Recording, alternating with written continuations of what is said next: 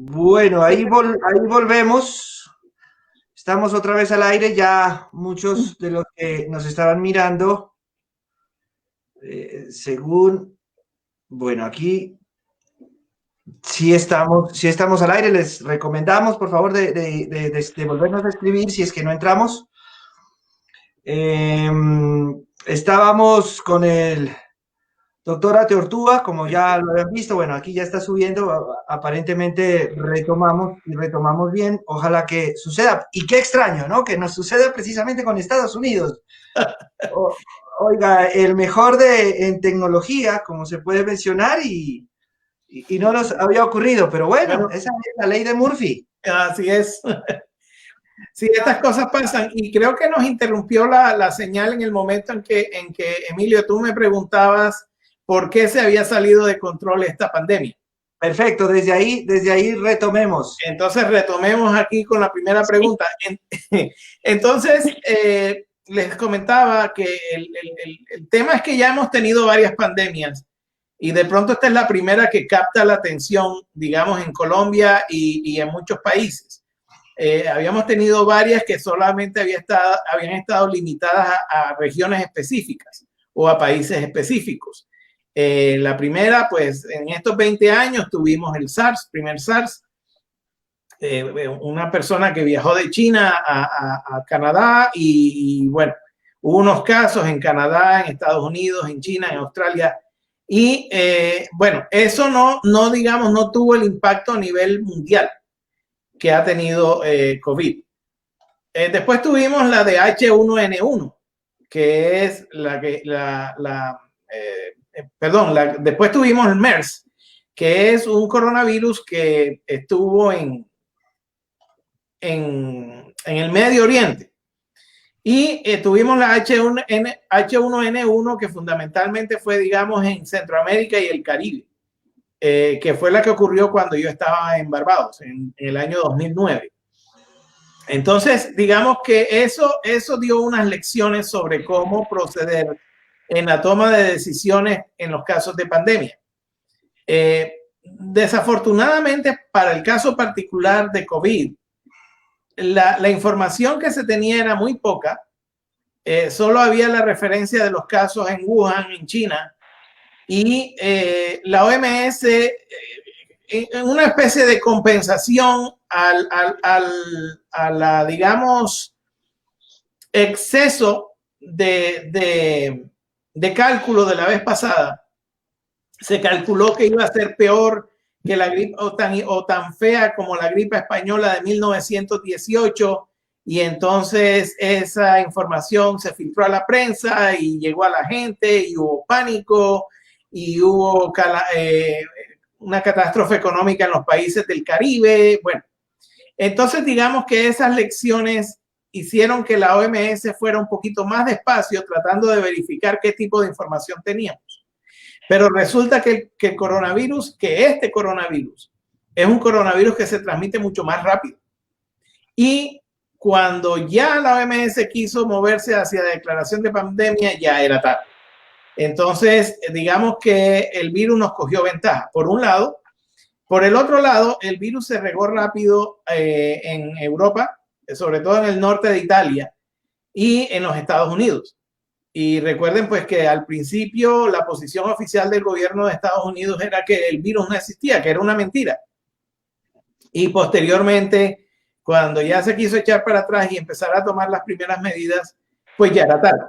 Entonces, se ha diseminado por todo el mundo y bueno, en este momento la pandemia está liderada por los países de Latinoamérica, especialmente por México y Brasil. Entonces, digamos que ha sido una evolución rapidísima porque prácticamente que todo esto empezó a finales de noviembre en China. Yo tuve la oportunidad de conocer un poco la información de primera mano en diciembre de que algo estaba pasando allá. Cuando ya regresamos de las vacaciones del fin de año y yo empecé a hablar de esto en clases, prácticamente que apenas iba a presentarse el primer caso en los Estados Unidos, pero con la información que ya había de China ya se sabía que podían ocurrir algunas cosas bastante feas. Entonces, en este momento, digamos, en Europa, la cantidad de contagios ha disminuido sustancialmente, la cantidad de hospitalizaciones y muertes ha disminuido sustancialmente. Ellos ya están en fases de desconfinamiento. En Estados Unidos todavía estamos, digamos, navegando un sí o no, porque todavía hay algunas zonas donde apenas están empezando. Las zonas más graves como Nueva York están mejor. Entonces, en este momento fundamentalmente la pandemia está creciendo gracias a lo que no se hizo ni en México ni en Brasil. Bueno, doctor, con respecto a, vamos a tomar el tema de mitos y verdades de la pandemia. Ok. Se dice que, por ejemplo, uno de los síntomas que han cambiado ahora es que se pierde el sentido del gusto, el sentido del olfato, que se están hinchando los pies y que esto se está evolucionando un poco más. ¿Mito o verdad? Bueno, hay que de todos modos informar lo siguiente, que el virus es nuevo. Es una mutación y esto ocurre con frecuencia. El virus del SIDA es una mutación de animales al hombre. El Ebola es una mutación de animales al hombre. Y estos coronavirus han sido mutaciones de animales al hombre. Entonces, cuando el virus llega a la especie humana, la especie humana no lo conoce, no tiene defensas para eso. Y empiezan a presentarse algunos síntomas. Inicialmente se caracterizó, la gente decía, oh, si tiene fiebre y tos seca, entonces eso es. Pero nosotros sabemos que los cuadros virales son bastante amplios en cuanto a la diversidad de síntomas que se pueden presentar.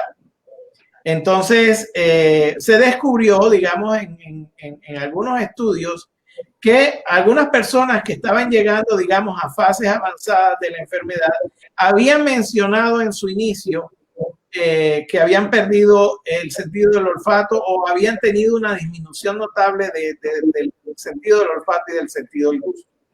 Entonces, todavía no se sabe exactamente cuáles son todos los signos y síntomas que acompañan el coronavirus.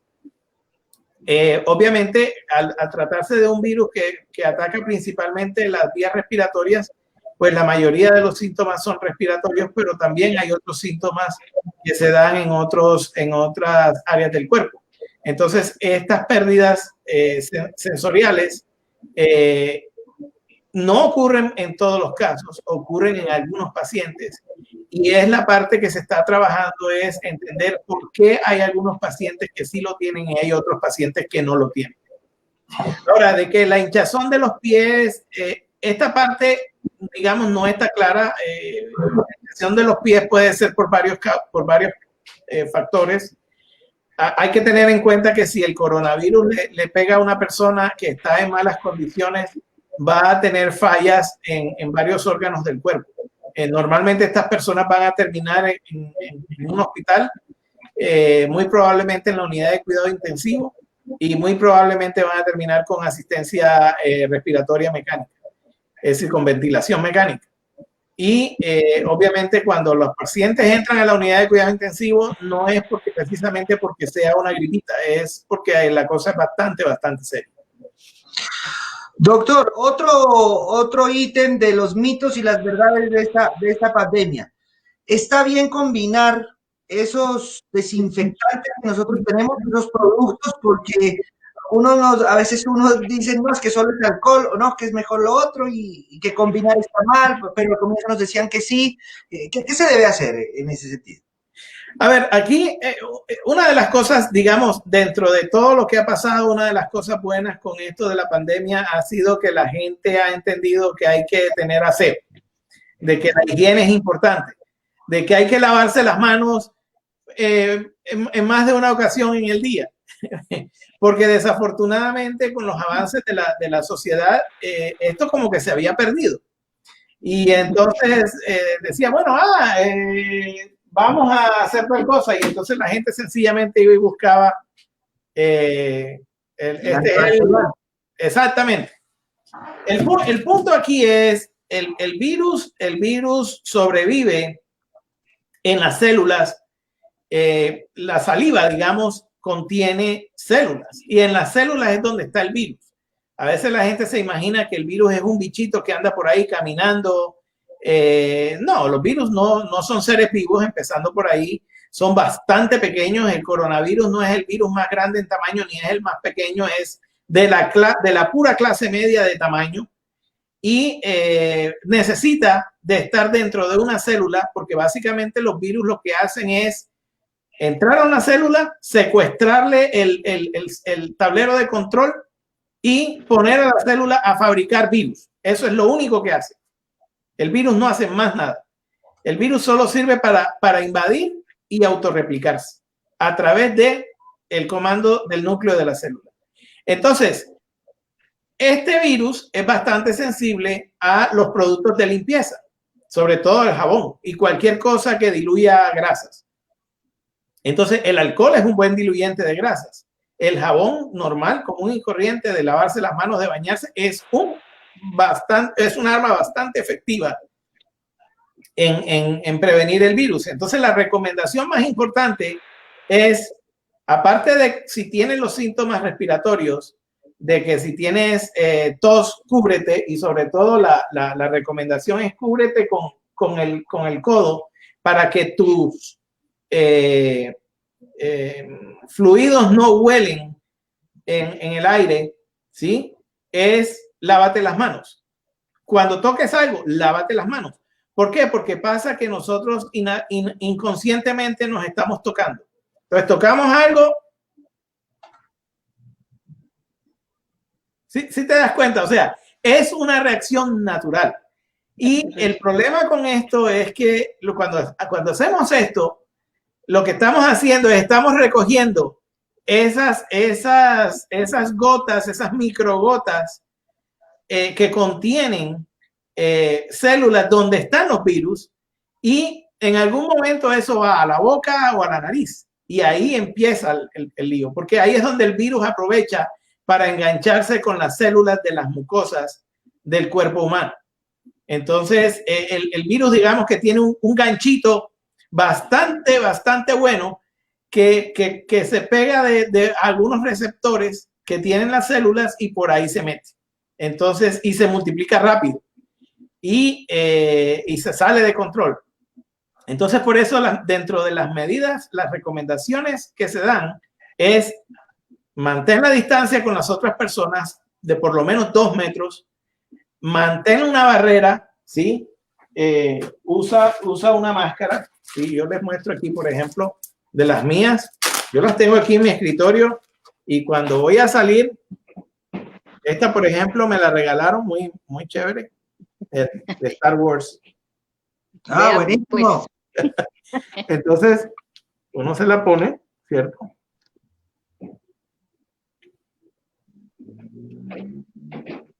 Se pone su máscara y lo que ocurre sencillamente es que previene que todos esos fluidos, digamos, del estornudo, de la tos de alguien, te caigan directamente en tus mucosas.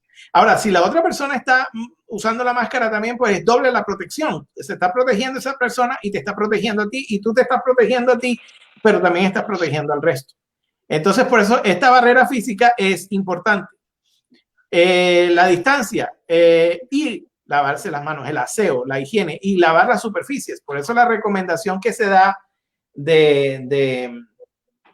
si vas al supermercado, limpia, digamos, las cosas que compraste, porque uno no sabe quién estuvo manipulando la comida, en fin, pero es una lavada normal, digamos, con el agua y jabón basta. Lo que pasa es que entonces también a veces por comodidad, un producto comercial que contiene como el Lysol o el Fabuloso, cualquiera de estos, pues obviamente es mucho más fácil, viene en el spray, ya viene preparado, normalmente funcionan bien. Entonces, claro, eso se vuelve, digamos, el producto bandera o el producto de conveniencia. Pero si usted hace un atomizador, vas a la tienda, compras un atomizador plástico vacío y le pones agua y jabón ahí, y con eso tú perfectamente puedes limpiar un trapo limpio con agua y jabón, perfecto, no hay ningún problema. Ahora, si ya quieres usar uno de estos, ¿cierto? O si quieres usar uno de estos, bueno, ok, está bien. Pero fíjense ustedes que acá en Estados Unidos esto se agotó. Esto se agotó. Lo mismo el gel se agotó. Pero entonces es suficiente con tener el spray, digamos, con agua y jaboncito, como usted bien lo dice, no meterle tanta combinación, alcohol, agua, jabón.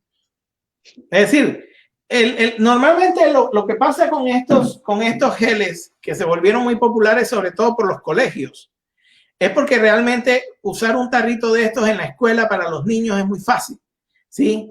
Pero toca estar pendiente de que no usen mucho, porque si contiene alcohol, en los niños no es bueno, porque el alcohol se mete por la piel, se mete a la sangre, ¿sí? Entonces, toca tener cuidado. Por esa razón es que se recomienda el uso del jabón, pero funciona perfectamente bien. Lo importante es que te laves bien. Lo importante es que si no estés tocando las cosas y después te vas a tocar tú.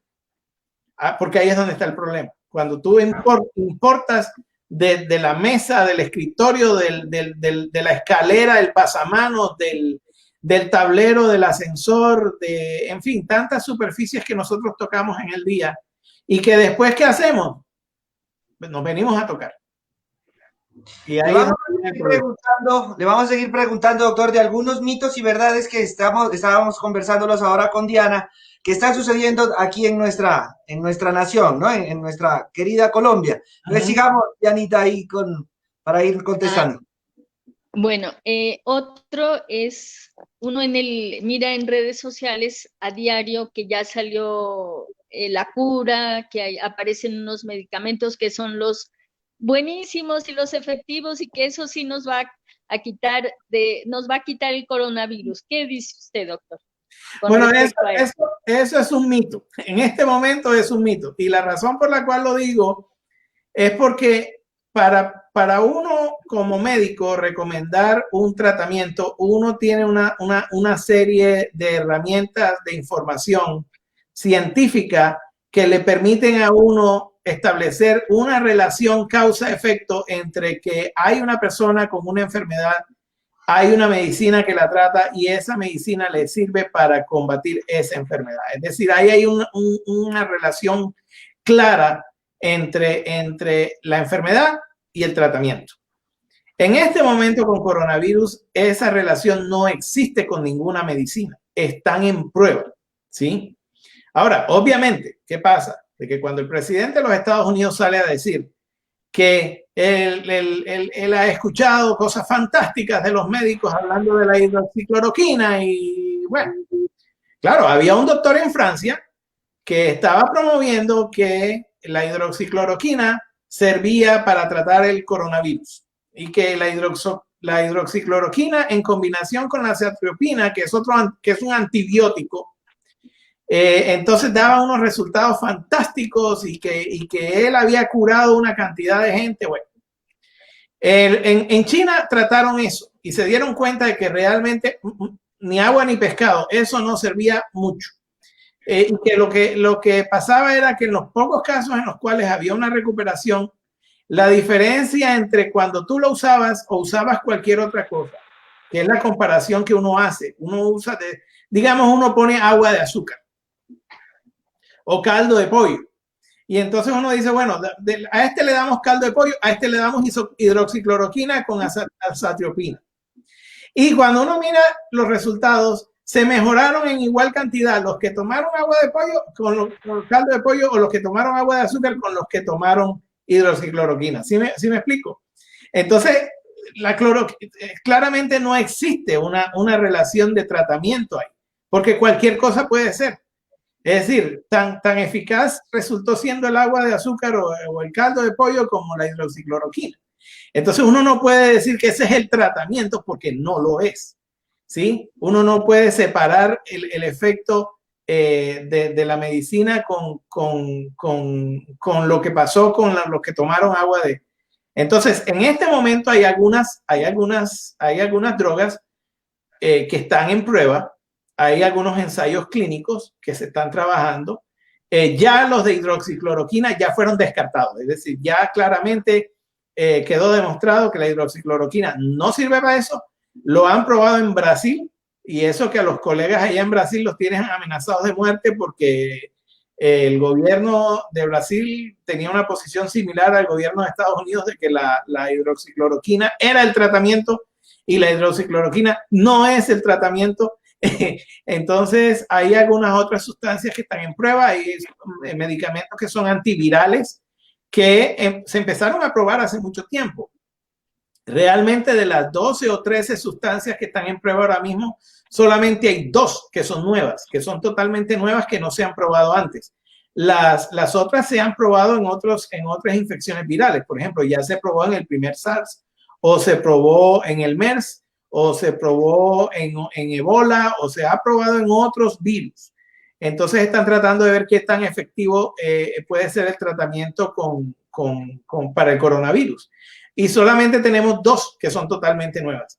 Ahora, esa prueba tiene unas fases. Eso no es un proceso sencillo. Y la razón por la cual el proceso no es sencillo es porque hay que garantizar que se van a respetar al máximo los principios científicos, los principios éticos, los principios de hacer la investigación correctamente. Entonces, no es que se van a saltar los pasos como hizo el doctor en Francia, que estaba ya mostrando resultados, y cuando se vinieron a revisar los datos empezaron a aparecer los huecos, las troneras de información. Es decir, pero esto no cuadra aquí. Aquí hay cosas que no... O sea, uno puede fabricar datos, pero eso siempre se va a poder demostrar que se fabricaron los datos. Como aquel caso del médico inglés que se inventó los datos y dijo que era que las vacunas producían autismo. No, eso es mentira. Y se le probó que era mentira, y de hecho los papers que él publicó con esa información se eliminaron de la literatura médica, y al tipo le cancelaron la licencia médica. El tipo no pudo seguir ejerciendo como médico porque cometió un crimen en términos académicos, en términos científicos. Se inventó la investigación. Entonces, acá, por ejemplo, a este doctor en Francia se le encontró con que realmente el tipo se había inventado sus cosas. Y entonces, cuando en otros países empezaron a probar, se dieron cuenta que en Brasil no funciona, que aquí en Estados Unidos no funciona, que en China no funciona. Entonces ya uno llega a la conclusión, no, es que esto no funciona. Entonces, más bien vamos a enfocarnos en otras moléculas que tienen mejores probabilidades. En este caso, la molécula que tiene mejores probabilidades es el Remdesivir. Es la molécula, digamos, que ha mostrado mejores progresos en el tratamiento de pacientes con COVID, especialmente los más graves, los que están en hospital, porque en este momento lo primero que se está tratando de encontrar es la medicina que cure los casos que van al hospital, porque son los que realmente generaron la necesidad de este confinamiento. A la gente hay que recordarle que el confinamiento se hizo no para mandarlos para la casa, para encerrarlos, porque es que hay una conspiración internacional del nuevo orden mundial, y entonces hay que meterles en la marca del maligno. No, el confinamiento se hizo porque había que de alguna manera parar el contagio para que la gente no se enfermara y terminara inundando los hospitales, porque los hospitales, ya nos dimos cuenta con los casos que ha habido, y ya los hospitales están sufriendo. Es lo que se está viendo en este momento en Colombia, ¿sí? En algunas ciudades el sistema hospitalario ya está en riesgo de colapso. Se ven los casos en Cartagena, se ven los casos en Barranquilla, en Bogotá. Me llegan también comentarios de que en Tumaco hay una situación bastante delicada. Entonces eso era lo que se buscaba prevenir, que la infraestructura hospitalaria no colapsara, de que la transmisión parara de alguna manera. Y la razón por la cual se le pide a la gente, de nuevo, ponte la máscara, lávate las manos, mantén la distancia, precisamente es para eso, para tratar de cortar con la transmisión del virus, porque no tenemos vacuna, no tenemos medicina. Lo único que tenemos es el entendimiento de la población, y que la población entienda que mientras nosotros podemos conseguir en una investigación científica seria, responsable, ética, correcta, proveer el tratamiento, proveer la vacuna, Hasta ese momento tenemos que seguir lavándonos las manos, seguir manteniendo la distancia, seguir poniéndonos la máscara, es decir, seguir limpiando las superficies, ser muy cuidadosos, tratar de cuidarnos a nosotros mismos y de cuidar a los que están alrededor nuestro. Perfecto. Doctor, para cerrar esta seccioncita, llamémoslo así, de mitos y verdades. Mire que en Colombia está sucediendo mucho, y dos en una. Una, que se habla acerca del tabaquismo, ¿no? Usted que es investigador, que no me voy a meter en términos científicos, pero que la nicotina en los pulmones le da un rechazo al virus de COVID. Entonces, quien fuma le va mejor. Eso lo vi por países europeos también. Oye, Emilio, y lo he oído con la cocaína, con la marihuana y con el tabaco. Con eso te digo todo. Es decir, bueno, yo en este momento, o sea, no me quiero anticipar porque estoy trabajando en el tema, ¿no? Pero realmente estoy compilando, en este momento tengo 317 ejemplos de información falsa que se ha distribuido en redes sociales, ¿sí? Sobre COVID, de todo tipo. Y incluye este ejemplo de lo que tú mencionabas del tabaco, de que porque tú estás fumando, entonces el humo del tabaco te va a ayudar a combatir el virus. Vean, la gente que tiene problemas de base, por ejemplo, en Italia, en el norte de Italia, ¿por qué ha muerto tanta gente? Especialmente los mayores de 65, 70 años. Porque estas personas han sido fumadoras crónicas durante muchos años, tienen de base enfermedades respiratorias obstructivas, tienen enfisema, tienen bronquitis crónica. Entonces, estas personas ya de por sí tienen un problema en su organismo, y cuando les cae el coronavirus, una de las características del coronavirus es que despierta una reacción impresionante en el sistema inmune. Es decir, el cuerpo sobrereacciona. Digamos, lo que nosotros como salubristas hicimos en la pandemia del H1N1 en el 2009, sobrereaccionamos. Y entonces ahora tratamos de compensar la cosa tratando, ok, vamos a mirar un poquito mejor la cosa, y ya nos cogió ventaja el virus. Pues exactamente eso es lo que hace el organismo sobrereacciona. La sobrereacción inmune del organismo consume energía, consume nutrientes, consume cosas. Y obviamente el cuerpo se debilita. Y ya un cuerpo debilitado encima de una infección como esta, pues obviamente lo más probable, aproximadamente el 80% de los casos, terminas en el hospital, en una unidad de cuidado intensivo con un ventilador, y aproximadamente entre un cuarto y un tercio de esos pacientes terminan muertos. O sea, la mortalidad es altísima, especialmente en las poblaciones de mayores de 65 años, precisamente por eso, porque ya el cuerpo está bastante debilitado. Entonces, si tú le metes tabaco, o le metes cocaína, o le metes marihuana, porque hasta eso llegaron a decir que no, que la marihuana te ayuda a combatir el COVID, no, que la cocaína ayuda a matar el COVID. O sea, no hay tal, es un mito completo, es una leyenda urbana. Ok, sí, y también lo decía, y por eso pegué lo del tabaco, porque hay también comentarios aquí, incluso pues en el sector de la juventud, llamémoslo así, que también están diciendo, como yo estoy confinado, estoy en cuarentena responsable, y sé que mis amigos también están en cuarentena, cada uno responsable, es tan solo salir de la casa y estar en una fiestecita, y nos podemos tomar un traguito y fumarnos unos cigarros. Entonces, no sé si eso también entraría como en un mito, ¿no? Ahora, el punto aquí, por ejemplo, con la gente joven, es que sí, realmente el virus, cuando uno calcula, por ejemplo, les voy a compartir el cálculo que yo hice para Estados Unidos en mortalidad. El total de muertes que yo calculé para Estados Unidos fue de 190,000 muertes por COVID. Pero el rango va entre las 107,000 y las 345,000. Y el rango es amplio porque hay poca información. Estamos aprendiendo del COVID, ¿sí? Por esa razón el rango es tan amplio, porque hay mucha información que no se tiene, ¿sí? Pero por lo menos ya el número de muertos, que van 102,000, ya toca el piso del intervalo de confianza del 95%. Es decir, la estimación ya es válida, es decir, el cálculo que se hizo es válido. Entonces, ¿qué pasa?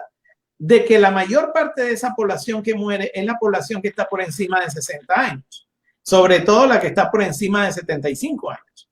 La población joven es poco afectada por el coronavirus. Tienen que ser personas jóvenes que tienen alguna enfermedad grave, tienen una diabetes avanzada o tienen, es decir, ya hay una enfermedad que los está aquejando y que el virus los termina de debilitar. Normalmente la gente joven pasa el virus prácticamente que sin mayor consecuencia.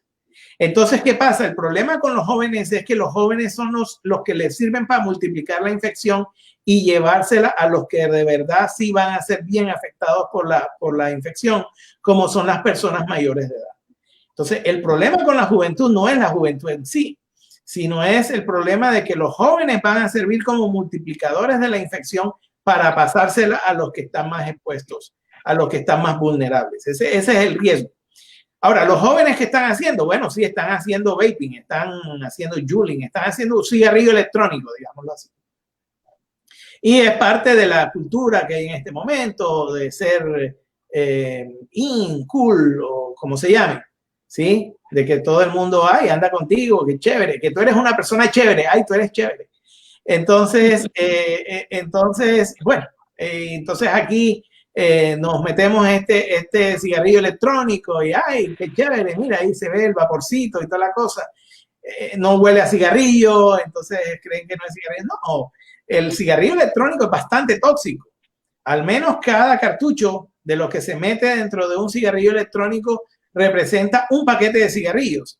Entonces, imagínate tú, si para fumarte 20 cigarrillos te gastabas un día, ¿sí? Ahora, para fumarte 20 cigarrillos es para decir, para gastarte un cartucho te puedes estar gastando 1 hora o 2. Entonces, la cantidad de nicotina que está entrando a tu organismo es enorme, ¿sí? Y si lo haces todos los días, en una edad joven, tu cuerpo es bastante sensible a la nicotina y pues eso va a tener consecuencias.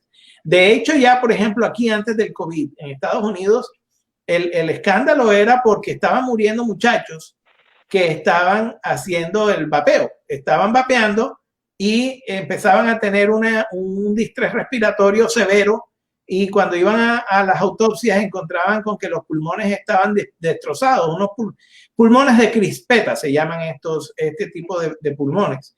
Es decir, estaban destrozados, no parecían pulmones de una persona joven, de un adolescente, sino parecían los pulmones de una persona muy adulta, muy vieja, que ya había pasado por muchas cosas. Entonces, justo en ese momento, cuando se estaba discutiendo el tema de los pulmones crispeta y del riesgo para la salud de los adolescentes por el vapeo, apareció el COVID y desvió la atención y el COVID ha secuestrado por completo la atención de la humanidad. Incluso, doctor, usted me hace acordar, esos dos ejemplos fueron tan pegaditos, el COVID con los fumadores de vapeo, que los alcanzaron. Por ahí se leía, hubo una hipótesis que estos príncipes, estos jóvenes, no habían muerto de vapeo, sino por coronavirus, y que el laboratorio, y dio para generar una especulación grandísima que incluso ya nació en Estados Unidos el coronavirus, ¿no? Entonces, sí. Mucha de la desinformación que sale de aquí. Y mucha de la desinformación que sale de aquí sale con un propósito político o sale con un propósito ideológico, claro. Entonces, porque uno ve la multiplicación, o sea, a mí me llamó la atención y fue una de las cosas por las cuales empecé a investigar esta área de las fake news, es cuando yo empecé a ver el circuito, o sea, digamos que por mi trabajo con la OMS, yo tuve la oportunidad de conocer gente de todo el mundo. Entonces tengo amigos en Indonesia, en Japón, en Taiwán, en China, en la India, en Arabia, en Egipto, en Nigeria, en Europa, en fin. Entonces, claro, uno empieza a ver lo que los amigos ponen y todos somos del circuito de salud pública. Entonces, claro, los temas son referidos a salud pública. Obviamente también hay los temas humorísticos como estos señores de Ghana que empezaron a bailar con el ataúd y toda la cosa. Claro, eso se volvió popular cuando la BBC les hizo la nota de que ellos son un servicio fúnebre. Y en la cultura, haz de cuenta en Tumaco. Tú vas a Tumaco y encuentras que el funeral en Tumaco es bien distinto a lo que es el funeral en la sierra. Entonces, claro, en Ghana, estos señores hacían el funeral bailado con el cajón, se echaban el cajón al hombro, bailaban, ponían la música, en fin. Y los de la BBC vieron eso y lo grabaron. Pasaron la nota como una noticia más. Pero ¿qué pasó? Cuando pegó el COVID, automáticamente los del cajón se volvieron un meme. Y el meme se convirtió en el símbolo del COVID viene por ti. Es decir, toda la cultura que está pegada en la comunicación que existe ahora gracias a las redes sociales. Entonces, claro, yo había visto, al principio no entendí, porque cuando me lo mostraron la primera vez yo quedé como, pero bueno, no entiendo el mensaje. Cuando de pronto fue que conecté la nota que había salido en la BBC, que mis amigos africanos habían puesto en las redes, y yo, ok, ahora sí, entiendo la conexión, es que el que se está muriendo, porque ese es el velorio. Entonces, claro, era una forma un poco sarcástica, humorística, un poco de un humor ligeramente cáustico, de decirte, bueno, pero como no te estás cuidando, te vas a morir porque el COVID viene por ti. Entonces, digamos que ese tipo de conexiones se empezaron a dar y se riegan muy rápido. Hay un estudio que hicieron en MIT, en el Instituto Tecnológico de Massachusetts, que demuestra que las malas noticias se riegan más rápido que los mismos virus. Que las noticias falsas se riegan más rápido que los mismos virus. Y que esto ocurre porque a la gente le encanta creer en la teoría de conspiración, a la gente le encanta salir a postear algo sin verificar, simplemente por el hecho, es decir, especialmente en este momento, uno de los temas más sensibles es el tema de salud mental. La gente está paniqueada, la gente está asustada. Entonces, claro, una de las formas de combatir la ansiedad, de combatir el estrés, es ponerse a hacer clic, compartir, clic, clic, clic, clic, y empieza a multiplicar. Entonces yo le mando a Emilio, Emilio le manda a Diana, Diana le manda a esta le manda a la otra, y así empieza la cadena. Y eso, cuando venimos a ver, eso le dio la vuelta al mundo ya varias veces. Profesor, usted es que hay un paréntesis. ¿Usted creería si esta pandemia no hubiera llegado en el 2020, sino metamos de 10 años, hubiera llegado esto en el 2010 o antecito incluso? En el 2000, en el cambio de milenio. El cambio de milenio, que no teníamos estos aparatos. Pero tuvimos una pandemia informática. ¿Te acuerdas que en ese momento el miedo era que los sistemas iban a colapsar porque en el cambio del 99 al 00 y se iban a volver una melodía los sistemas? Y eso nunca pasó. No pasó. Y eso nunca pasó. Esa fue nuestra pandemia en aquella época. El miedo que había de que los sistemas se iban a colapsar porque el sistema de codificación de la fecha, basado en el sistema de acá de Estados Unidos, que pone el mes, el día y el año, eran, por decir algo, 12/31/1999, y que entonces cuando pasaba al 01/01/00 todo se iba para el carajo, y eso nunca pasó. Digamos, ponle hace 30 años, ponle hace 40 años. Obviamente, hubiéramos terminado viendo las noticias, hubiéramos visto los videos de las noticias en los noticieros, gente muriendo, y hubiera habido susto y hubiera habido miedo, pero no habría habido esta multiplicación tan impresionante de basura que hemos visto en esta pandemia, especialmente en el término de desinformación en redes sociales, porque realmente la cantidad ¿No consideraría? Pero si hubiéramos llegado a la cuarentena, sí, hace unos 10, 15, 20 años, sería. A la cuarentena se hubiera llegado, porque de todos modos, acuérdate que digamos, la pandemia más grande, digamos, en tiempos modernos fue la pandemia de 1918. La pandemia que llegó después de la destrucción. Acuérdense que hubo la Primera Guerra Mundial entre 1914 y 1918. Fue la Primera Guerra Mundial. Y gran parte de Europa estaba desolada, la infraestructura estaba destruida. Estados Unidos no estaba destruido. Habían muerto una gran cantidad de gente, soldados que habían ido a Europa a pelear la guerra, habían soldados que habían ido al Asia a pelear la guerra, pero la infraestructura en los Estados Unidos no estaba destruida, más sin embargo, una enorme mortalidad aquí en los Estados Unidos. Entonces, en aquella época, algunas ciudades empezaron a actuar, como en el caso de Filadelfia, por ejemplo, que encontraron que una de las intervenciones más rápidas que se podía hacer era hacerle cuarentena a la gente, tal como se hacía en los tiempos de la Edad Media. En la Edad Media las pandemias mataron la mitad de la población de Europa. No teníamos antibióticos, no teníamos, en aquella época se creía que era el miasma, y entonces uno mira estas películas donde aparecen estos doctores con unos picos así, ¿no? Parecen unos cuernos. Entonces esos picos servían era para echarle, haga de cuenta, la máscara esta. Entonces yo le he hecho aquí unas hierbas, ¿sí? Que me sirvan como de filtro al aire. En aquella época se llamaba el miasma. Y entonces se creía que era que en el miasma estaba la enfermedad. Bueno, eso es verdad para algunas cosas. Los virus circulan mucho en el aire, pero en este caso estas pestes no eran en el aire, estas pestes eran las ratas, era el desaseo, era... Entonces, fíjense que muchas cosas empezaron a hacerse. Esta costumbre de quitarse la ropa antes de entrar a la casa, dejar los zapatos usados afuera, de no saludar de mano a la otra persona. Empezaron a hacerse normas de etiqueta, y en algunas culturas, ustedes notan, las culturas orientales, no se toca a la gente. Usted le hace una venia, se agacha, le hace una venia a su amigo, a la persona que está conociendo, y dependiendo del nivel de autoridad, entre más autoridad tiene la otra persona, tu venia es más pronunciada. Eso se hizo, eso se llegó, esos cambios culturales llegaron precisamente en la forma de prevenir contagio entre personas, porque mucha gente moría, mucha gente sobrevivía, pero mucha gente moría.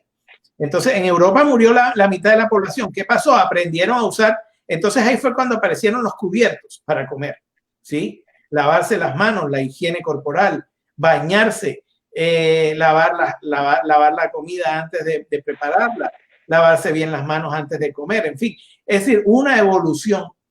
Y claro, llegamos al momento de 1918. La humanidad acaba de pasar la guerra más horrible que ha habido en la historia. La gran parte de las infraestructuras de los países donde se combatió está destruida, y aparece esta influenza, que es un virus respiratorio, la influenza, y empieza a acabar con la gente. No había vacuna, no habían antibióticos, no habían antivirales, no había nada. Simplemente era aíslate. Y empezaron a aislar la gente y empezaron a salvar gente. Entonces ya se aprendió que una de las medidas fundamentales en estas pandemias es, mientras uno tiene la información que se necesita, mejor manda a la gente para su casa y trata de mantenerlo informado. Ahora tenemos los medios que informan demasiado, ¿sí? Antes era el chisme, entonces tocaba llegar, era con los flyers, con las chapolas, con los volantes, y pasar los volantes por debajo de la puerta y avisarle a la gente, o el periódico, el papel periódico. En aquella época ya habían periódicos impresos, distribuidos rápidamente, y eran los medios de distribución de la información. Ahora simplemente es clic, clic, clic, clic. Se fue. Doctor Nelson, con lo que hemos conversado hasta ahorita, ¿qué se necesita realmente para aplanar la curva? Bueno, esa es una muy buena pregunta, porque ayer casualmente revisaba, hay un observatorio de COVID que tiene la Universidad de Oxford. La Universidad de Oxford comparte los datos abiertamente. Entonces uno mismo puede ir, ellos tienen montado un sitio web donde uno puede crear su propia gráfica, uno puede mirar, jugar con la información, en fin.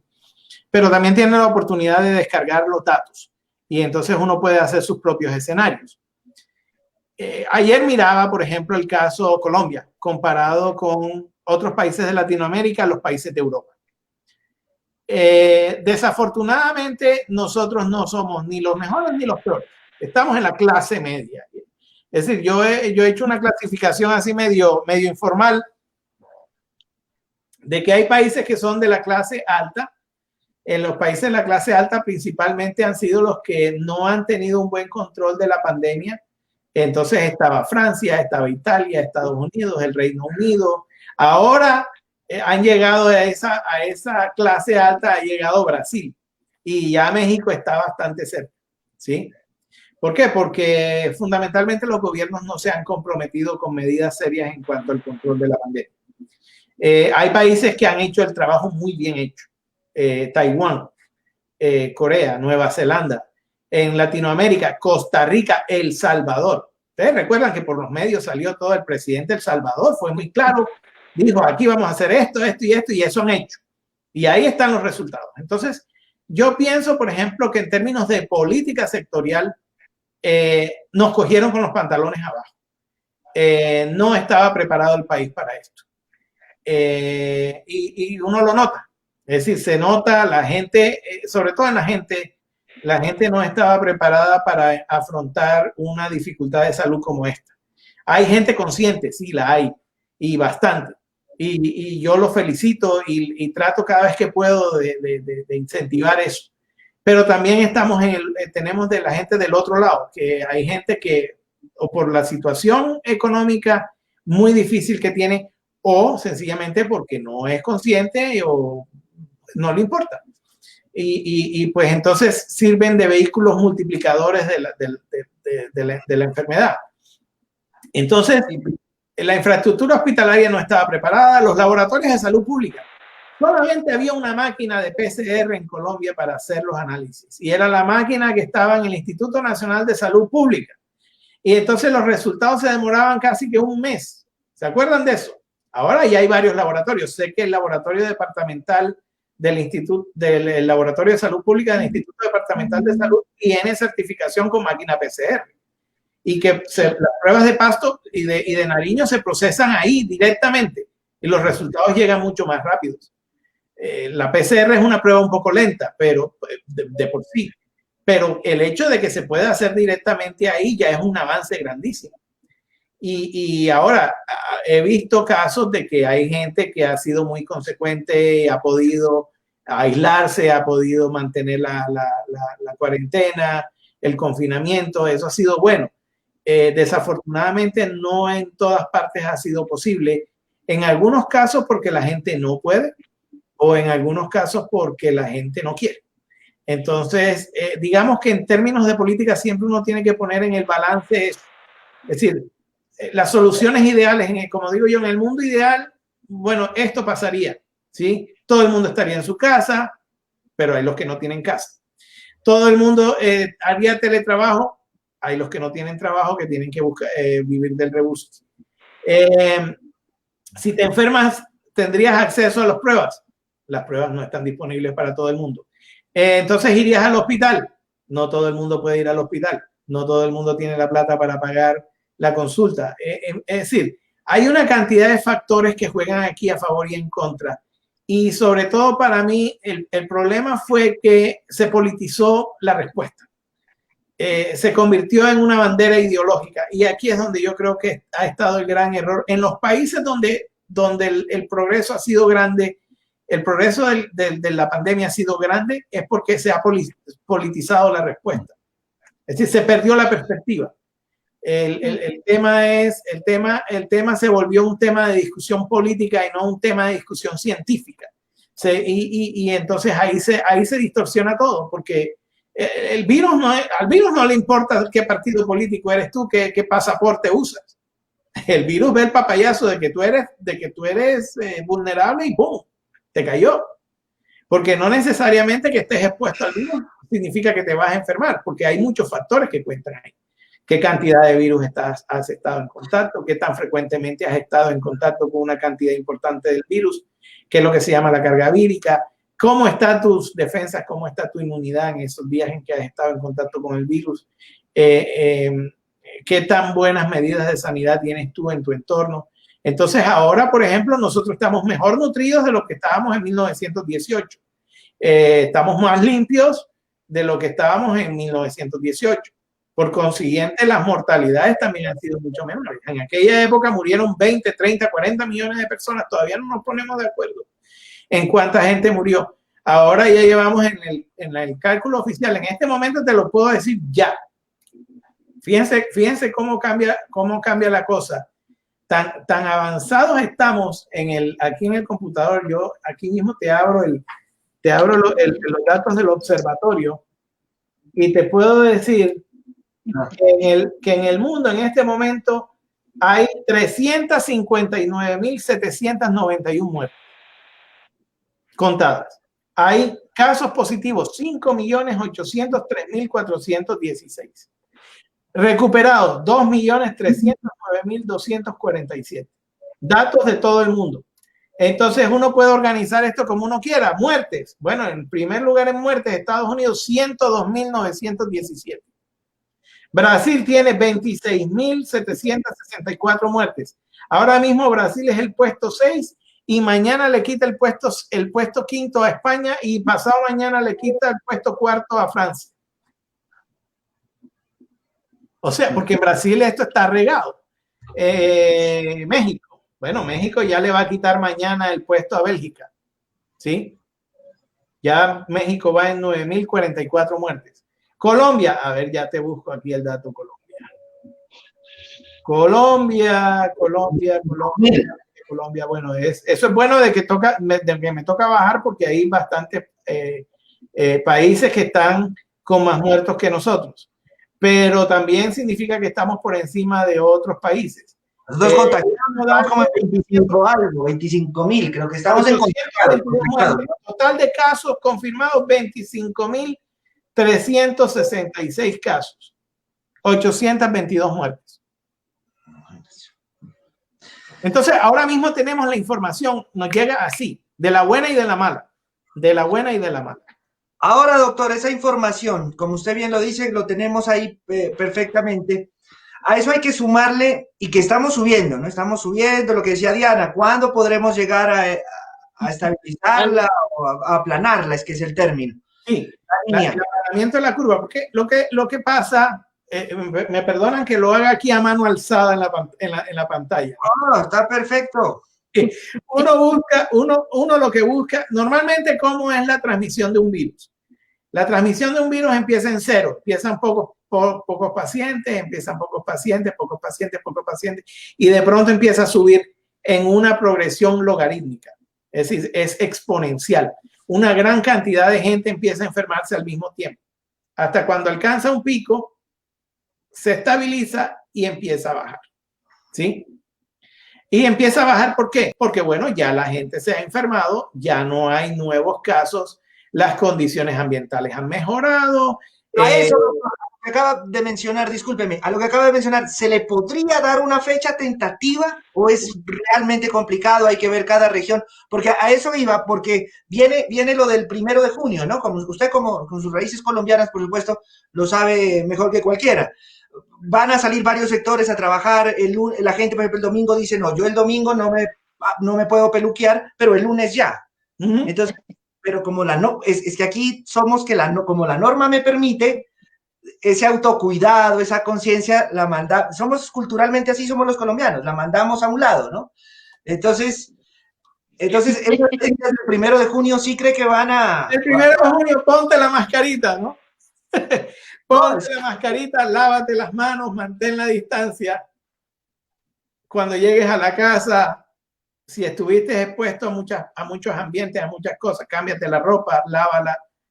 Es decir, eso va a ayudar como a llegar un poco, pues se supone que sí, porque allá los gobiernos, por supuesto, hablan con los entendidos, pero ¿será que eso sí nos ayuda? Que no nos vaya a suceder lo de Chile, ¿no?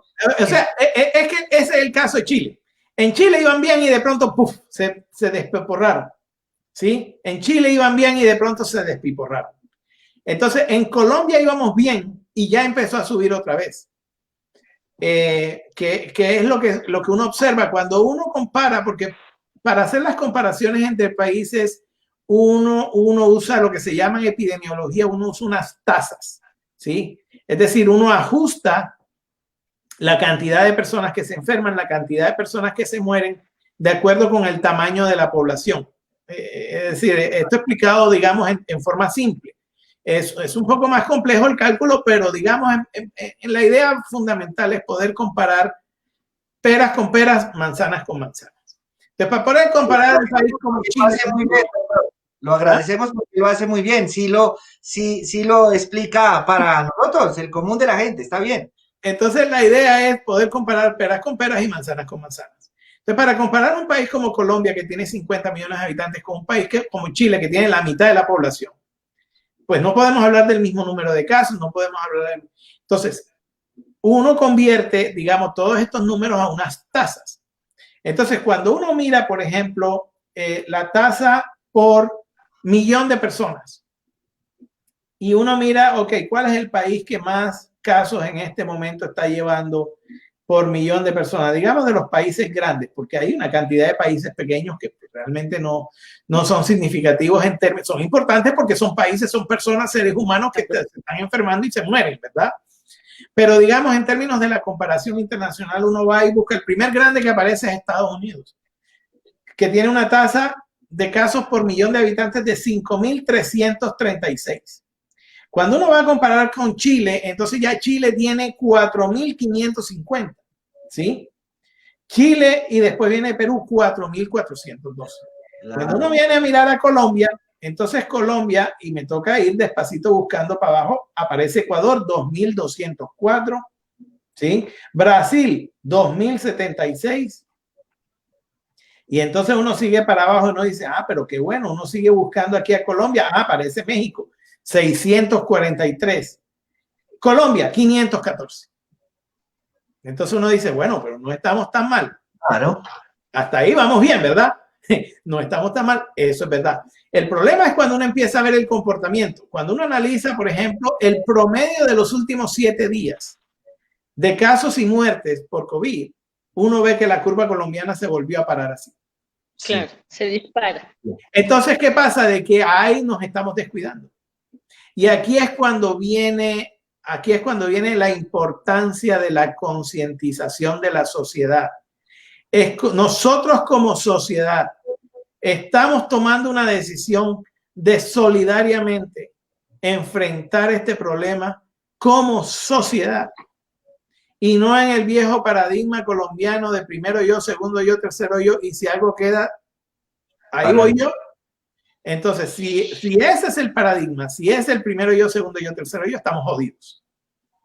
¿Sí? Estamos mal. Si lo enfrentamos como sociedad, entonces podemos salir a trabajar, podemos salir a hacer las cosas, pero tenemos que respetar, digamos, esos espacios y esos mecanismos de prevención para poder aplanar la curva. Es decir, para poder reducir la transmisión del virus. Porque ahí es donde está el problema. Ya tenemos un retorno, pero yo los escucho bien, sí. Yo los escucho bien. Entonces, bueno, doctor Nelson, para casi terminar, ¿qué es lo que más le preocupa a usted? Cuando usted se acuesta, se queda pensando con toda esa información que tiene, todo lo que escucha a nivel mundial, ¿qué es lo que le preocupa? Bueno, digamos que a mí lo que más me preocupa es, o sea, a mí lo que más me ha preocupado y lo que más triste me tiene es la increíble capacidad de la gente para no filtrar la información.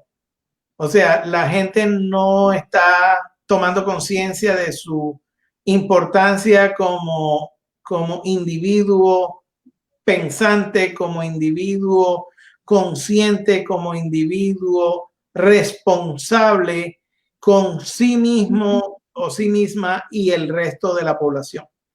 Cada vez que uno viene y le da un clic de compartir una de las basuras que llegan, uno le está haciendo daño a alguien.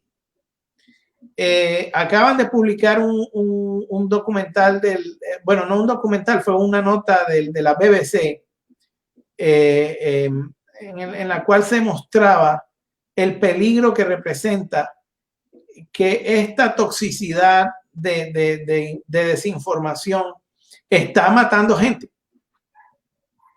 Hay gente que ha muerto porque el nivel de intolerancia ha crecido, porque se dicen cosas que no son correctas, como de que inyéctate Clorox o fuma cigarrillos para que no te dé el COVID, o fuma marihuana o mete cocaína para que te mate el COVID.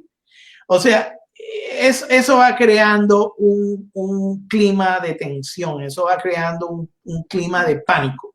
La xenofobia.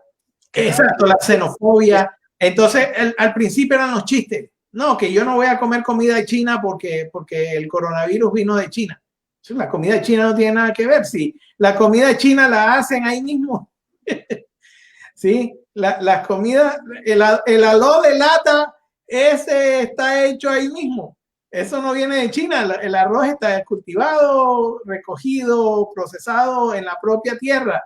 La carne que se usa, es decir, no tiene nada que ver. Pero se crea el estigma. Se crea el estigma y, por ejemplo, se ha creado un clima bastante hostil frente al personal de salud. Se ha creado un clima muy hostil en contra del personal de salud, cuando realmente para mucha gente la diferencia entre vivir y morir ha sido el grupo médico de enfermeras y de personal sanitario que ha estado manteniendo ese hospital, esa clínica abierta para la atención a la gente. Porque nosotros también somos humanos, nosotros también nos enfermamos, pero muchas veces nosotros nos sobreponemos a eso porque tenemos, digamos, en nuestro corazón, en nuestra mente, pensar en la sociedad, en la importancia de nuestro papel, de nuestra intervención para ayudarle a otros. Entonces, en el momento en que pasamos a hacerle clic alegremente a difundir, no, que es que hace gárgaras de agua de sal con vinagre y eso te previene el coronavirus. Miren, eso no sirve de nada. Pero eso se volvió, ¿se acuerdan aquel meme que salía con una garganta azul con unas estrellas y tal? Y entonces, y que hagas esto y hagas... Es decir, no, eso no va por ahí, pero si tú te dedicas a multiplicar eso, porque a ti te parece que eso tiene sentido, pero no tienes la información. Y lo peor de todo es que no tienes la información y no se te ocurre siquiera irla a buscar. ¿Sí? Es decir, oye, ¿será que de verdad esto sirve? ¿Será que esta fuente de donde esto está saliendo es una fuente seria? ¿Será que esto? Bueno, yo no sé, pero puedo preguntarle a gente que sabe, a ver qué me dicen. Entonces uno filtra, digamos, la información de una manera en la que no le vaya a hacer daño al resto, ni se va a hacer daño a uno mismo. Porque ahí es donde están los problemas grandes. El problema de desinformación que tenemos, el problema de falta de conciencia, de falta de concientización de la sociedad en cómo participar, en que mi aporte ayuda a tu problema y tu aporte ayuda al problema de Diana, y así vamos haciendo cadena para ayudarnos entre todos. Yo pienso que eso se ha perdido. Y sobre todo lo que decía, la tristeza más grande que me da es esta estigmatización del personal sanitario. Como, bueno, aparecieron unos casos por ahí de unos muertos que hicieron pasar por COVID, por quién sabe qué clase de negocio. Ustedes saben que en Colombia eso ya ha pasado. El cartel de la hemofilia, el cartel de la diabetes, el cartel de la diálisis. Mataban barrenderos para hacerlos pasar por muertos para estudios de anatomía y cobrar la plata. Es decir, desafortunadamente en Colombia la criminalidad tiene muchas caras y desafortunadamente también hay gente que ha asumido que es que todos los médicos, todas las enfermeras, todos los hospitales estamos metidos en ese cuento de matar gente para cobrar la plata del COVID, y eso no es verdad.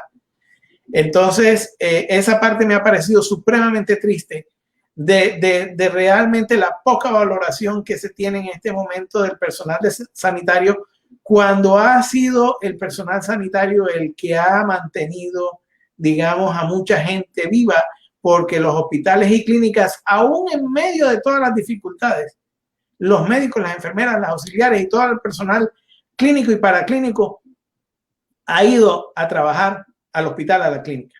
Los han mantenido abiertos y la gente cuando se ha enfermado ha podido estar recibiendo los servicios que necesita. Entonces, esa parte, digamos, para mí ha sido dolorosa, ha sido triste. Clarísimo, clarísimo el mensaje, doctora Teortúa. Y mire, no me había dado cuenta, ya pasamos la hora y con usted podemos seguir charlando lo que quiera. Además que sigue muy enérgico, no se cansa y eso está muy bien. Entonces, aprovechando eso, sí nos podría haber una recomendación por parte suya acerca de lo natural. Se habla del eucalipto, se habla de unas coditas. Entonces, una voz autorizada como la suya, sí, en lo natural, ¿tiene algunas recomendaciones o tampoco?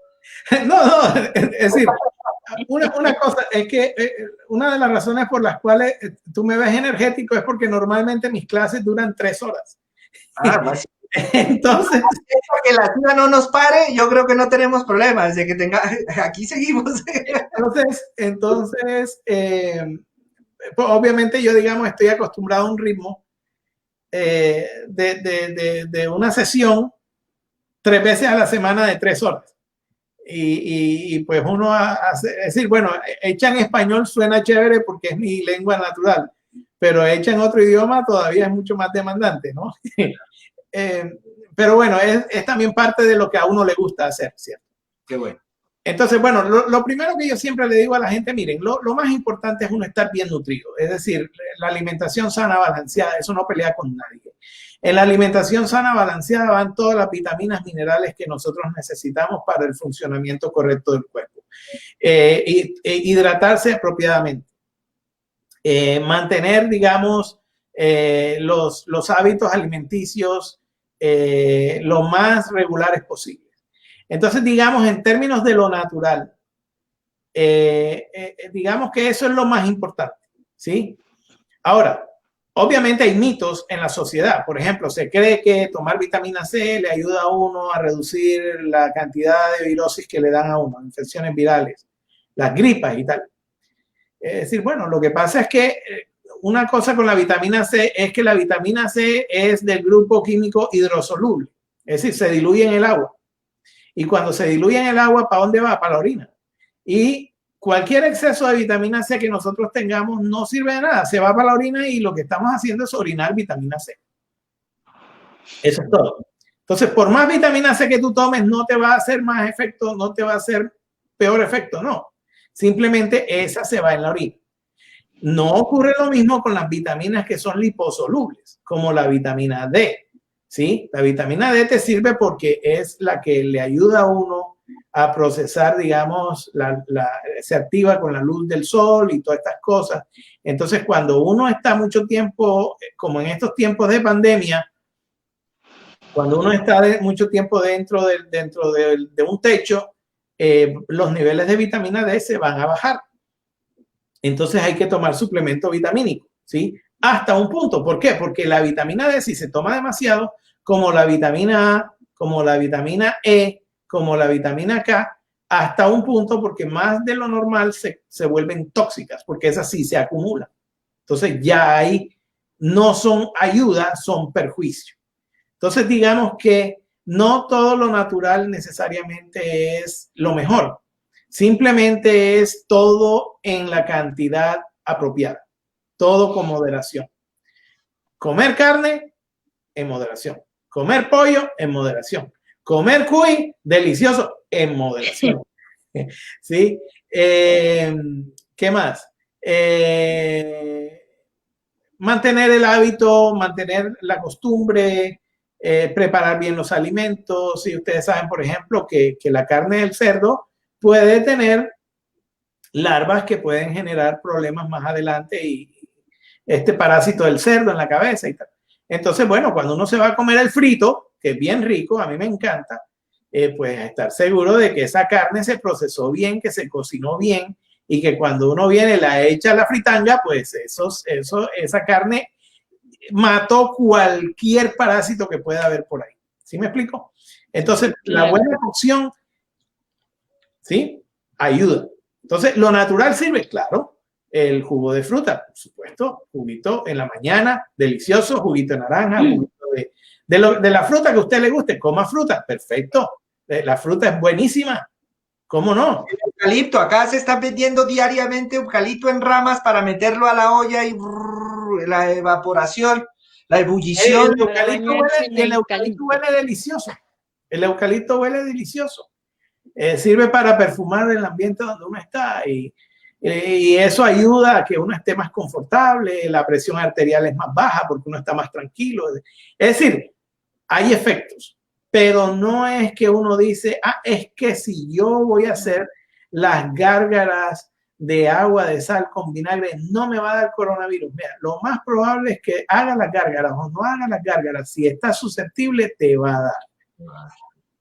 Es decir, eso no depende de eso, porque la inmunidad del cuerpo no es una línea recta, no es permanentemente en un nivel estable, tiene arriba y abajo.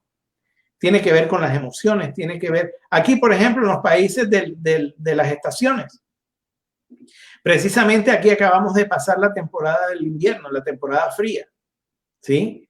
Y es donde hubo la multiplicación de casos. Ahora viene el verano, la estación caliente, ya aquí estamos teniendo 32 grados tranquilamente, cualquier día 32, 35, y espérate que llegue julio y espérate que llegue agosto, que ahí es donde se pone esto de verdad calientico. La temperatura se puede subir tranquilamente 38, 40. Doctor, usted habla de salud mental y ya lo despedimos, pero dos preguntitas más porque en realidad está supremamente interesante para aprovecharlo usted. Le quería preguntar, bueno, al comienzo hablábamos también en su presentación de todos los pergaminos que usted tiene acerca de la salud mental. ¿Qué puede pasar con eso después de esta, hablemos un poquito, juguemos a la post-pandemia? ¿Cómo puede quedar esa salud mental de nosotros, los seres humanos, los europeos, todos? En este momento estamos bastante mal de eso. En este momento estamos bastante mal. Uno observa, por ejemplo, los niveles de intolerancia han crecido bastante. Los niveles de agresividad en la gente han crecido bastante. Entonces, ¿qué pasa? Claro, la gente está encerrada y no está acostumbrada a eso. Y obviamente eso desbalancea. También el miedo. El miedo es normal. O sea, enfrentarse a cuando uno ve en las noticias todo el tiempo, se está muriendo. Entonces yo vengo aquí y digo que no, en todo el mundo se han muerto 359.791 personas. Oye, eso es medio Pasto.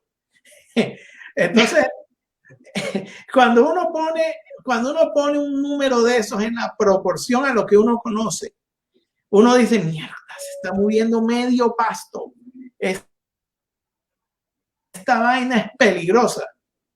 Sí, claro que es peligrosa, pero no va a matar medio Pasto mañana, sino que sencillamente la gente descontextualiza y ahí es donde viene el efecto sobre la psique del individuo. En el ambiente en el que está restringido, está enclaustrado, no puede interactuar con mucha gente. La única forma de interactuar es aquí, en la red social, en el Facebook, en el Twitter, en el Instagram. Y entonces empieza la gente a recibir como esponja una gran cantidad de cosas y la gente empieza a alterarse. Y entonces, bueno, por un tiempo va a haber problemas porque la gente ahora que salga va a salir como, acuérdate cuando uno estaba en el colegio y decían recreo. Salía como loco. Exactamente. Entonces, yo lo digo chistoso porque quiero que el mensaje llegue, pero es realmente preocupante. Es decir, puede haber consecuencias serias en términos del equilibrio de la salud mental de la gente. Este es un momento en el cual uno toca tener mucho cuidado.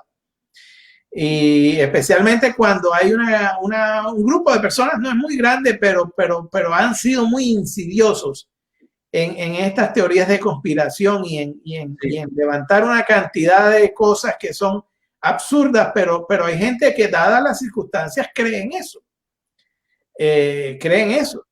Entonces, no faltará el que crea que todo esto es obra de los alienígenas que nos han invadido y que entonces ahora nos van a meter los alienígenas en la vacuna. Es decir, yo cuando les publique el paper se los voy a mandar.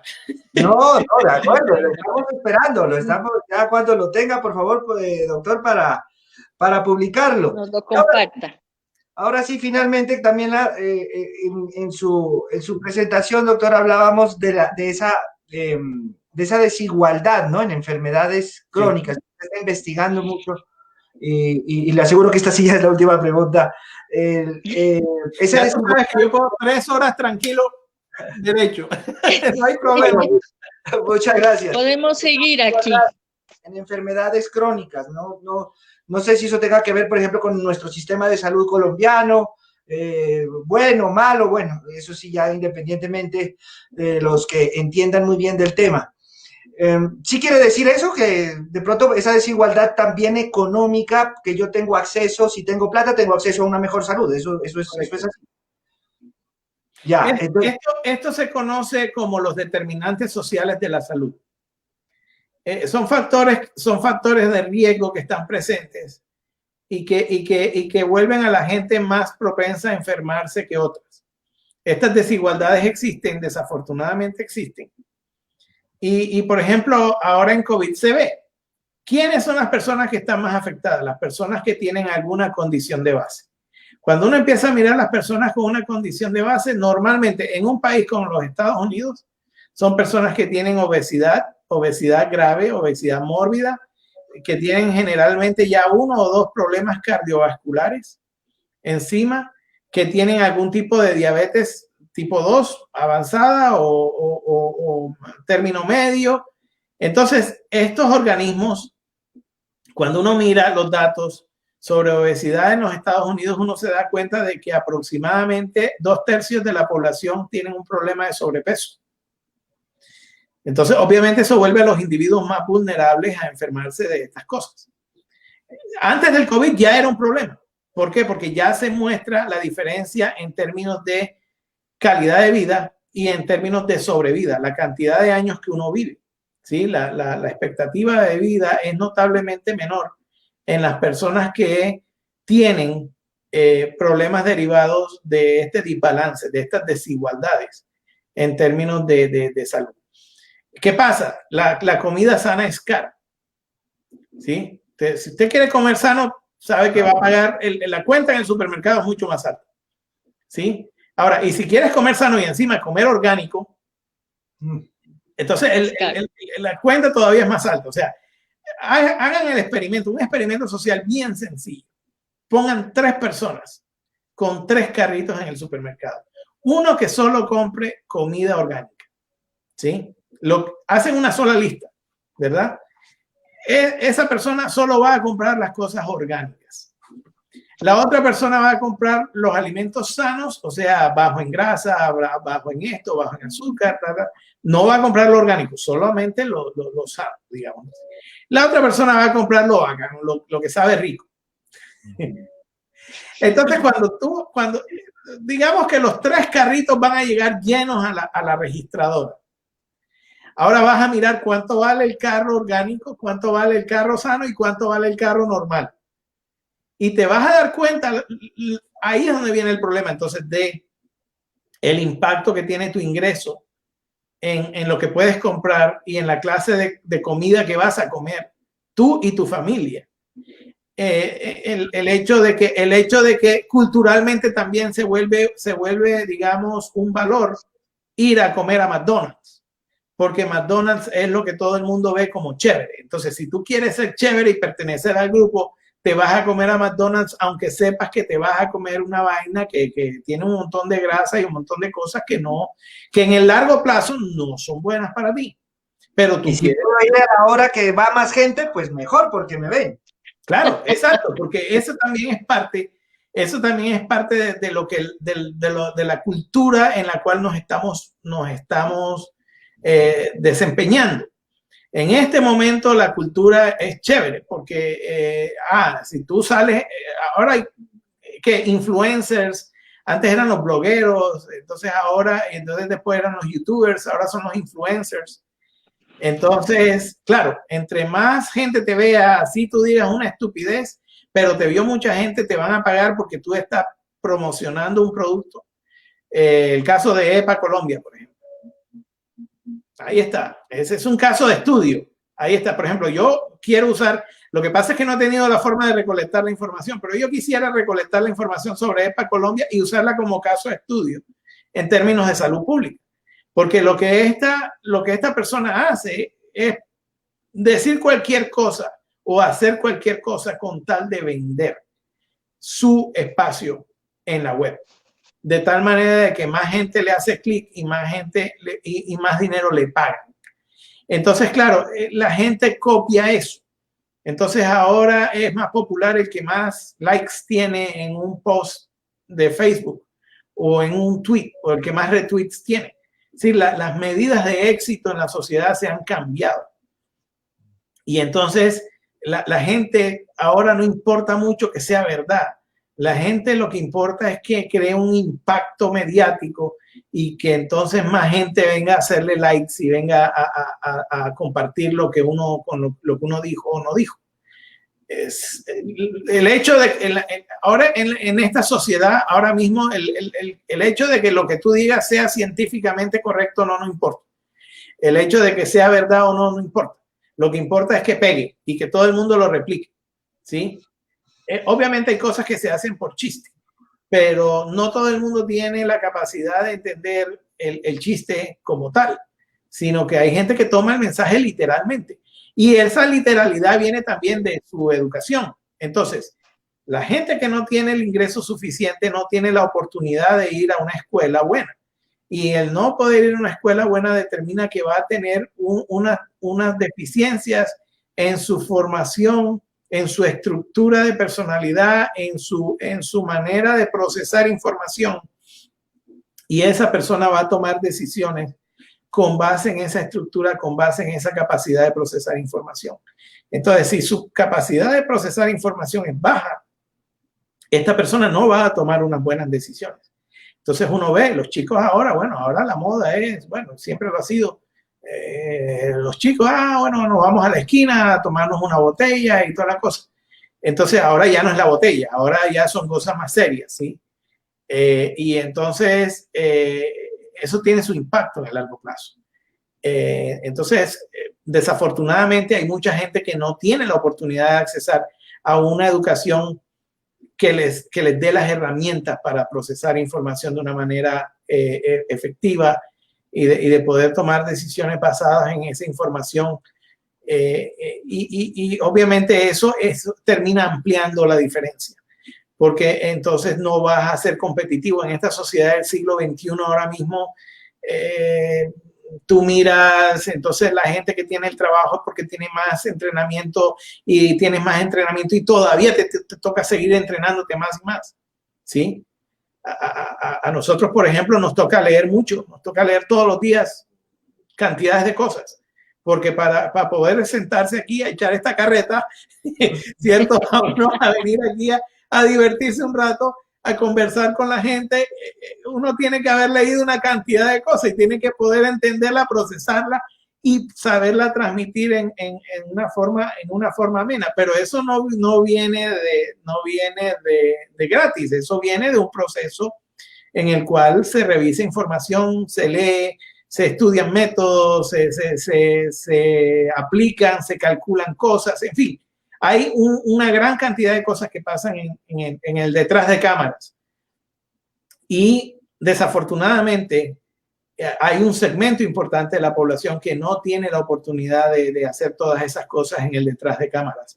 Y esa es la parte más crucial. Entonces ahora uno mira, por ejemplo, en el COVID, en el ejemplo que tenemos ahora mismo, en este experimento en vivo que tenemos, las diferencias enormes que hay en las regiones más apartadas, por ejemplo, simplemente en Nariño, ¿sí? Y la información que tenemos es Tumaco porque es lo que está más conectado. Pero no sabemos, por ejemplo, qué estará pasando en Sanquianga o qué estará pasando en Bocas de Satinga o en Roberto Payán o en Magüí Payán. No sabemos, ¿sí? Tenemos una referencia que es Tumaco, pero lo de las otras partes puede ser peor, puede ser mejor, no lo sabemos. Sencillamente no lo sabemos porque no hay datos. ¿Pero por qué no hay datos? Porque no hay conexión, la tecnología no está, el Estado está ausente. Y ahí es donde vienen los retrasos. Entonces, se presenta la oportunidad que todos nos estamos dando cuenta de miércoles. En los últimos 30 años desarmamos la infraestructura de salud pública y ahora que la necesitamos no la tenemos. Solo tenemos los hospitales, pero los hospitales tienen una capacidad limitada para atender gente.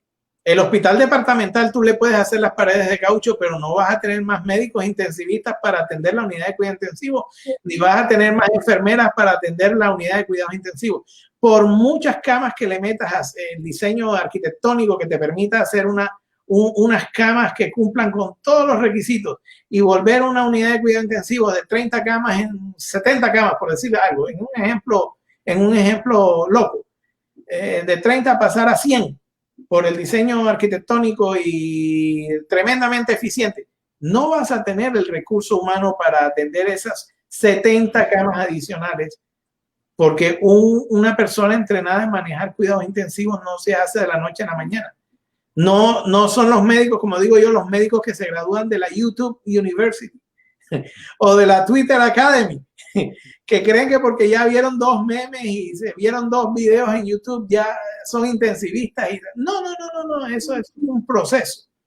Y el proceso va pegado de las herramientas tecnológicas, entonces no tenemos los respiradores suficientes, no hay una cantidad de cosas, y empezando que a nivel mundial no tenemos ni la vacuna ni la droga. Entonces nos toca sobrevivir con lo que podemos hacer. Y en este momento lo mejor que podemos hacer es la prevención.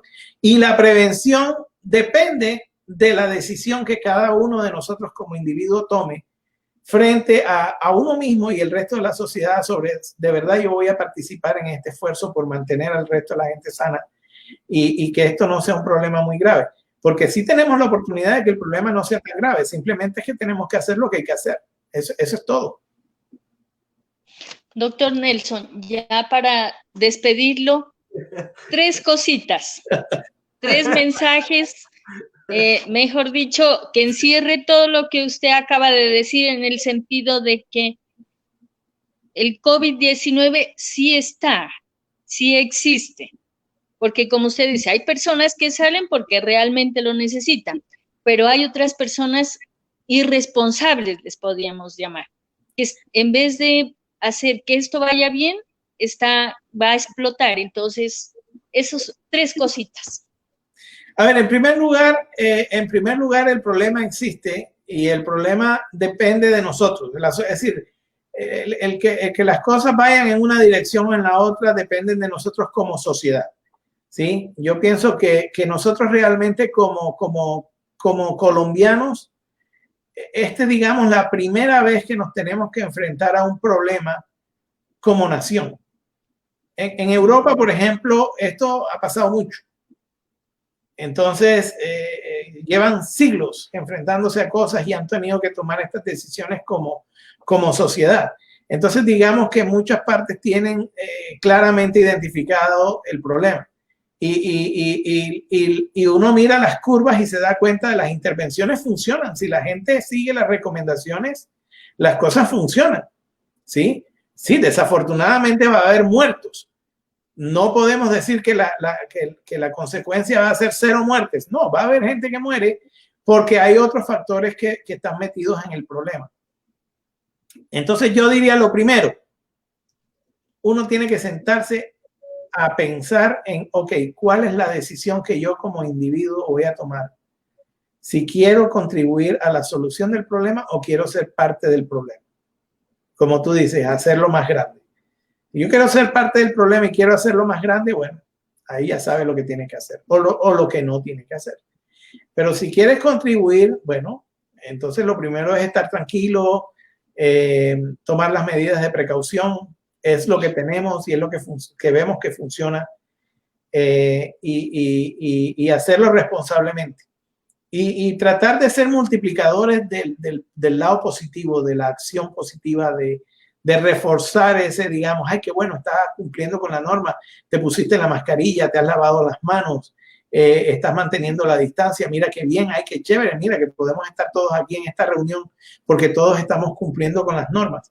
Es decir, eso sería lo ideal, que pues, se puede hacer una reunión, sí, en la casa uno puede reunirse con 20 personas, pero manteniendo la distancia, manteniendo la mascarilla, Es decir, tenemos que hacer algunos ajustes en nuestra forma de funcionar socialmente, porque la situación lo demanda. Digamos que esa es la primera. ¿Qué decisión tomo? ¿Participo? ¿Contribuyo? ¿O no participo? Y sencillamente hago parte de agravar el problema. Ese sería el primer mensaje. El segundo mensaje es cuando se te dé el impulso de compartir cualquier cosa sobre COVID. Piénsalo 3 veces. Y si ya lo pensaste 3 veces y lo vas a hacer, piénsalo otra vez. Busca, ¿sí? Busca la fuente, la fecha. ¿Se acuerdan que, ahora que digo la fecha, ¿se acuerdan de esa, cómo era que se llamaba? La nube de María. ¿Se acuerdan de esa? Al principio de la pandemia, la nube de María. Un video que salía donde una aparición de la Virgen María. No sé si... Sí. Ya. Ok, eso era una fabricación. En primer lugar, el video era una fabricación. Y en segundo lugar, el video había sido hecho antes. Y le cambiaron la fecha para venir a decir que era que el video estaba recién salido. No, eso ya había pasado. ¿Sí? Lo del cuento del hospital en China, que hicieron un hospital en 48 horas. Miren, usted pregúntele al mejor ingeniero si alguien puede construir un hospital de esa complejidad en 48 horas. Es imposible. Esas fotos que sacaron era un hospital que ya estaba en construcción, ya llevaban como 1 año y medio en la construcción. Pero vendieron el meme de que eso lo hicieron los chinos en 48 horas y eso se regó como, ¿sí? Entonces, yo invito a la gente a que verifique la información, a que haga el esfuerzo como consecuencia de la decisión que tomó de participar en la solución, de ser parte de la solución del problema. Una contribución concreta que puede hacer es dejar de repartir basura informacional, tomarse el trabajo de decir, oye, ve acá, esto llegó, bueno, vamos a mirar. Vea, así sea a Wikipedia. Pero claro, tome el trabajo de verificar. Yo le digo a mis estudiantes en chiste, cuando les estoy diciendo, bueno, es que vamos a escribir un paper sobre esto y esto y esto, pero ustedes me tienen que hacer las citaciones, me tienen que mostrar las fuentes y todo. Y al que me traiga Wikipedia le pongo 0. Y en serio que le pongo 0. Claro, Wikipedia no es una fuente seria de investigación científica, pero usted como persona, digamos, del común, por ahí puede empezar. Decir, y esto en Wikipedia, ¿qué dice? Pero espérate un momentico, vamos a comparar con otra fuente, ¿sí? Entonces, en periodismo, ¿qué es lo que recomiendan? Tener por lo menos 2 fuentes distintas que no tengan ningún tipo de conexión entre sí para verificar un dato, ¿cierto? Eso es lo que mínimamente se pide en el periodismo para verificar la fuente. Entonces, sencillamente tenga usted 2 fuentes alternativas y compare y diga, pero espérate un momentico, pero ¿de qué fecha es esto? ¿Quién la está publicando? ¿Qué intención tendrá detrás de esto? Miren, muchas de esas cadenas y esas cosas, eso lo que llevan son virus, son hackers que te están robando la información. Hace poco andaba esta locura de que te estaban hackeando las cuentas de Facebook, ¿sí? A mí me trataron de hackear la mía, ¿sí? A mí me tocó salir a colgar el letrero a decir, hey, me están tratando de hackear la cuenta, no vayan a creer que es que yo les estoy pidiendo plata porque les mandé una encomienda, porque yo no le mando encomienda a nadie. O sea, me tocó decirlo de esa forma como para llamar la atención y que la gente cayera en cuenta. Y efectivamente ya habían contactado 2 personas a pedirles plata. Fíjense ustedes. Y yo me di cuenta a tiempo. Gracias a una persona en la familia que me preguntó, me dice, ay, mira, me han contactado aquí para pedirme esta información. No, bajo ningún concepto. Entonces, esa verificación, ahora que tenemos tiempo, digámoslo así, tómense el trabajo de verificar muy bien lo que van a compartir. Si la información es verdad, si realmente le hace daño a alguien, hombre, no la compartas. Es el momento de ser suave con la gente, de ser nice. Y la tercera, miren, el personal de salud la enorme mayoría. Yo sé, como en todas las profesiones, como en todos los gremios, como en todas las cosas de la sociedad humana, siempre hay unas pocas manzanas podridas. Pero no se puede asumir que todo el personal de salud está matando gente para cobrar plata del COVID. Eso es absurdo. Eso es absurdo. Yo les digo, puede que lo haya, puede que haya uno que otro que lo esté haciendo, ¿sí? Pero de que sistemáticamente nosotros los profesionales de salud hayamos armado una conspiración para matar gente y traficar órganos, yo creo que nosotros merecemos un poquito de más respeto. O sea, es decir, hay que ubicarse. Eso no. Es decir, ¿con qué cara mañana le vas a venir a pedir a un médico, una enfermera que le ay, hazme el favor de hacerme algo para esto? O sea, piensen en eso, ¿cierto? Bueno, ¿con qué cara mañana van a ir? Después, ya después de que nos llamaron asesinos criminales y de que ha habido médicos y enfermeras que los han querido obligar a salir de su sitio de residencia, echarlos de sus edificios, de sus conjuntos residenciales, de los condominios. Eso es absurdo, ¿sí? Esas personas han sido precisamente la diferencia entre la vida y la muerte para una gran cantidad de personas, ¿sí? Pero el día en que lo necesitan, entonces ahí sí le van a tocar la puerta a las 3 de la mañana para venirle a decir, sálvame, ayúdame, ¿sí? Después que ya lo llamaron criminal, después que ya le pintaron la puerta de la casa o le pintaron la pared y les echaron cosas para que se fueran, le rayaron el carro, en fin, una cantidad de conductas que realmente desdicen de estas personas, porque no son todos, pero desafortunadamente eso va creando impacto, eso va creando el efecto. Y entonces, claro, salió el cuento de que unos 2 o 3 por ahí estaban haciendo el cuento de que están inflando los muertos de COVID para cobrar una plata, entonces ya automáticamente la sobregeneralización. Entonces ya todos los médicos, todas las enfermeras, todos los hospitales, todas las clínicas están matando gente, están haciéndolos por pasar por COVID, están cobrando la plata y encima están traficando órganos.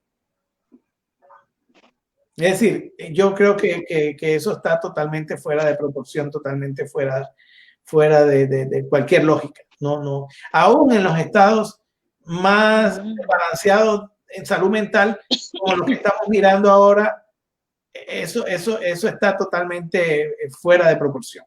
Es decir, yo entiendo que la gente tenga pánico, es normal, pero ya vamos saliendo. Es que vamos a salir. El problema es que hay que hacer ciertos sacrificios y a veces pareciera que es que la gente lo que no quiere es hacer el sacrificio. Y pues en este caso la circunstancia es toca hacerlo. Eso es, mi querido doctor Nelson Ateortúa, le agradecemos en el alma que nos haya regalado tanto tiempo. Es la primera vez que nos quedamos 1 hora y 38 minutos. Bueno, un partido de fútbol. Un Deportivo Pasto Real Cartagena, ¿puede ser? ¿Si le pegué o no? No, el caso más cómico, yo no sé si ustedes se acuerdan que yo estuve en la radio en Nariño en deportes, que yo era el que hacía todo fútbol para Caracol. En la época en que existía el sistema todo fútbol, estaba el doctor Hernán Peláez, estaba Adolfo Pérez, estaba César Augusto Londoño en Bogotá, ellos coordinaban. Claro, el que después pasa a ser Carrusel. Exactamente, entonces la persona que hacía todo fútbol en Pasto era yo. Y lo chistoso era cuando iba a jugar el Junior. Entonces todo el mundo me decía, bueno médico, pero entonces ¿qué? ¿El Pasto o el Junior? Yo decía, no, empate. Ay, ya. Entonces usted lo conoce bien. Ya se fue el audio acá. Dianita dice que no nos escucha, ¿no? Ya no les escuché. Entonces, si ustedes me están escuchando. No, yo le estaba diciendo a Dianita gracias. Que tu papá. Ahora le decimos porque ya no nos está escuchando. Ah, qué bueno, doctor, excelente. Entonces yo lo escuchaba, pero yo desde Bogotá estaba allá estudiando, entonces todo fútbol era lo máximo. Exactamente, entonces la cortina era la guaneña y daban el cambio a Pasto, y entonces era todo fútbol desde Pasto, y ese era el que hacía el comentario, era yo. Entonces Emilio despide el programa. Realmente tenía una gran cantidad de responsabilidades y para mí ir al estadio era la forma más impresionante de empezar. Era analizar el partido de fútbol y comentarlo al aire. No se oye. Claro, no, vea, qué bien, doctor. Entonces, después vamos a charlar porque yo estoy escribiendo un libro de los hinchas y todo eso, entonces por ahí me puede ayudar mucho. Qué bueno, qué bueno. Doctor, un fuerte abrazo. Lastimosamente, Anita se le fue el audio, pero nos vemos. Muchísimas gracias a todos los que nos miraron y de nuevo a usted, doctor Nelson. Que le vaya muy bien, muchísimas gracias. A ustedes, se cuidan. Lo mismo, un abrazo. Nos vemos pronto. Ok.